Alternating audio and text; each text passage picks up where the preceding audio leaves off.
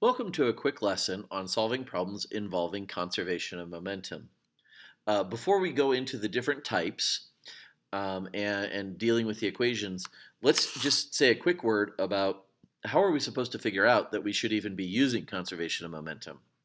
Um, for me, the giveaways are when we have multiple objects that interact with each other. So in this problem here, uh, if we read through it, train cars are coupled together by being bumped into one another. Suppose two loaded train cars are moving toward one another, the first with a mass of 150,000 kilograms and moving at a speed of 0.3 meters per second, the second having a mass of 110,000 kilograms and moving at a speed of 0.12 meters per second. What is their final velocity? So notice that the variables that we have are involving m's and v's. Well, momentum is m times v. The fact that we have two objects that interact with no external forces, because we get a conservation of momentum, no overall change in momentum, when we have no external forces causing changes in the motion. So the only interactions changing these cars' motion is between each other. Okay, so that's the first thing down. But which type of interaction do we have? Is this a bounce, an inelastic, hit and stick, in other words, or an explosion? Well, when we read through, they started out as separate objects. The fact that they have separate speeds is telling us that we are starting with separate objects. And so, in fact, the left side of the equation with separate velocities, separate momentums, separate objects. Okay, but afterwards, they hit and stick. And so when they hit and stick, that means they get stuck together. Well, this is the description then for an inelastic collision, hit and stick. And we can see that in the equation. On the left side, the before, they're separate. On the right side, mass 1 and mass 2, they're stuck together and they just have the same velocity. Okay, and I like to really advise getting this equation down, figuring out which situation it is, and writing that equation, because it'll help guide you through what you need to figure out. The first thing that we should figure out for a problem is start at the end. What is the key unknown? The final velocity. Not of car 1 or car 2, it's of both of them together. Oh, final velocity is my key unknown here. If I go through then and look for the other givens, well, they've told me mass 1 is 150,000 kilograms. They've told us that mass 2 is 110,000 kilograms. They've told us that before the collision that car 1 is moving at 0.300 meters per second, 0.3 meters per second in other words, and that the other car is moving toward it at 0.12 meters per second. Okay, now I intentionally there left out something that we should be paying attention to. These are velocities, so only knowing how fast is not knowing everything. If car 1 was moving to the right, it said car 2, they were moving toward one another, so car 2 would have to be moving to the left. And what's so important about that? Well, we should be putting a negative on there. If we have things that are moving in opposite directions, one of the velocities should be negative. Okay, these are all the givens that I'm seeing. Let's look in the equation. Did we get mass 1? Yes. V original 1? Yes. Mass 2? V original 2? Yes.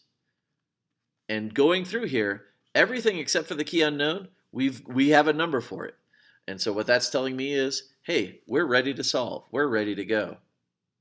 Well, how am I going to get V final alone here then? Well, the only thing we're doing in this equation is multiplying V final times that total mass, M1 plus M2. Well, that means I should be able to get this alone by dividing both sides. So on the left side, we had M1 V original 1, M2 V original 2, and to get my V final alone, I would divide both sides by that M1 plus M2. That'll cancel out this guy and leave V final on its own. So I've rearranged it to get V final alone, and we can then put our numbers in.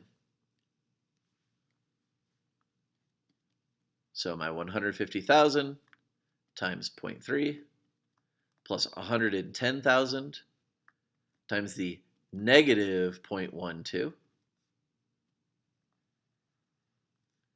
divided by our total mass of 150,000 plus 110,000.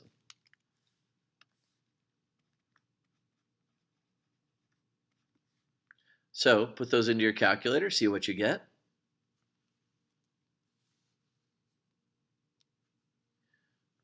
When I put that in my calculator, I got 0.122 meters per second. And the fact that it came out as a positive is telling me that it's in the same direction as the other one that I called positive. Okay, quick word here about when we get positive or negative answers.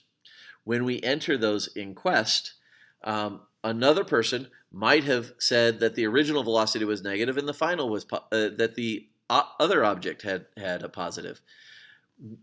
We shouldn't be getting different answers just because we disagreed on which direction is positive or negative. And so on Quest, we're always asking for magnitude or speed, and that's the reason for that. We want you to enter absolute values because no matter which way you called positive or negative, we should still be getting the same amount. And so when you enter it on Quest, you'll want to do that. And on a test or quiz, you should be able to tell us what direction that's in. If you can do those things, then you don't need to worry about whether your answer is positive or negative. Okay, second problem to look at. 70-kilogram ice hockey goalie, originally at rest, blocks a 0.15 kilogram hockey puck slapped at her at 35 meters per second. Suppose the puck bounces off her pads and moves in the direction from which it came at 35 meters per second. If the goalie slides frictionlessly on the ice, what is her final velocity? So again, we have two separate objects interacting with masses and velocities. Pretty good sign that this is a conservation of momentum. But this one, is it bounce, inelastic, or explosion? It is bounce. The way that we can tell is the bounce equation on the left-hand side, the before side, two separate objects. And on the right-hand side, also two separate objects. And that's what happened here. When we had the goalie, she started out not moving and the puck was moving toward her. They're separate. And even if it didn't use the word bounce here, we can conclude that, oh, the puck bounced back the way it came and she ends up drifting after the puck hits her. So they start separate, they end separate. And so that matches our equation for a bounce collision. Now, key unknown, what is her final velocity? Which object should we call her? Well, I recommend going through, and in plenty of these, there's nothing that says you have to label everything 1 and 2. I could have mass of goalie, v original of goalie, and mass of puck, and v velocity of the puck. So identifying things it's important that we match the object to the given, and so it doesn't hurt to label our variables like that.